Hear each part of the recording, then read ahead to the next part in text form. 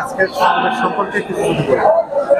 আপনারা জানেন যে আমরা বিগত আওয়ামী ফ্যাসিস্ট সরকারের আমলে আমরা এরকম সমাবেশ আমরা কোনোদিনই করতে পারি নাই।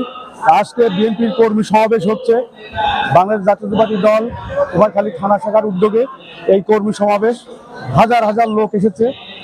আজকে এই যে থানা কর্মী সমাবেশ, এই সমাবেশে আমরা চাই যে একটা সঠিক নেতৃত্ব গড়ে উঠুক। যারা আওয়ামী লীগের দুঃসময়ে, যারা আওয়ামী লীগের সময়ে যারা অত্যাচারিত, নির্যাতিত, হামলা মামলা শিকার, তাদেরকে এই কমিটিতে এনে যারা ত্যাগী এবং নির্যাতিত নেতা তাদেরকে এখানে মূল্যায়ন করা হোক। এই জন্য এই সমাবেশটি আজকে আমাদের জন্য অত্যন্ত গুরুত্বপূর্ণ।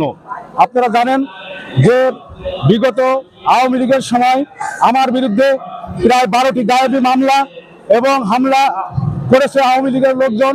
2018 সালের নির্বাচনে বাংলাদেশ জাতীয়তাবাদী দলের যে ধানের শীষের প্রতীক সৈয়দ মেহেদী আহমেদ রুমির প্রতীক, সেই প্রতীকে আমরা যখন নির্বাচন করতে যাই কুমারখালীতে, আপনারা জানেন আওয়ামী সন্ত্রাসীদের দ্বারা একমাত্র আমার উপরে হামলা হয়েছিল এবং আমি মৃত্যুর সাথে পাঞ্জা লড়ে আমি হাসপাতালেও চিকিৎসা নিতে পারিনি, আমাকে তারা হাসপাতালে চিকিৎসা নিতে দেয়নি।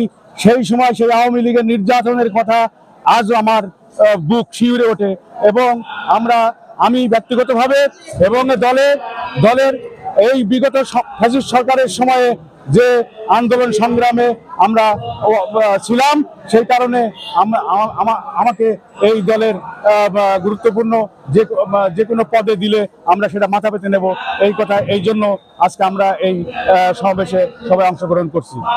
নেতারা কি এখানে মূল্যায়ন পাবে কিনা এইটা আমরা ভাবছি যে ত্যাগী নেতারা মূল্যায়িত হবে এবং আশা করি যে ত্যাগীদেরকেই মূল্যায়ন করা হবে এবং যারা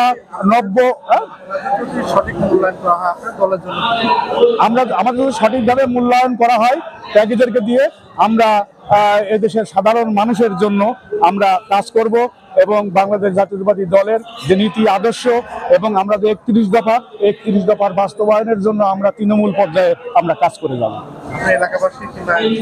আমাদের এলাকাবাসী সবাই এ বিষয়ে একমত আছে এবং আমাদের দল সংগঠিত আছে এবং দলের ভিতরে কোনো ঝামেলা নেই। আমরা দলকে সংগঠিত করে আরো সামনের দিনে আমরা যাতে এই 31 দফাকে বাস্তবায়ন করতে পারি, এই জন্য আমরা কাজ করছি। আমার নাম শেখ রেজাউল করিম মিলন, আমি সাধারণ সম্পাদক পার্টি ইউনিয়ন বিএনপি।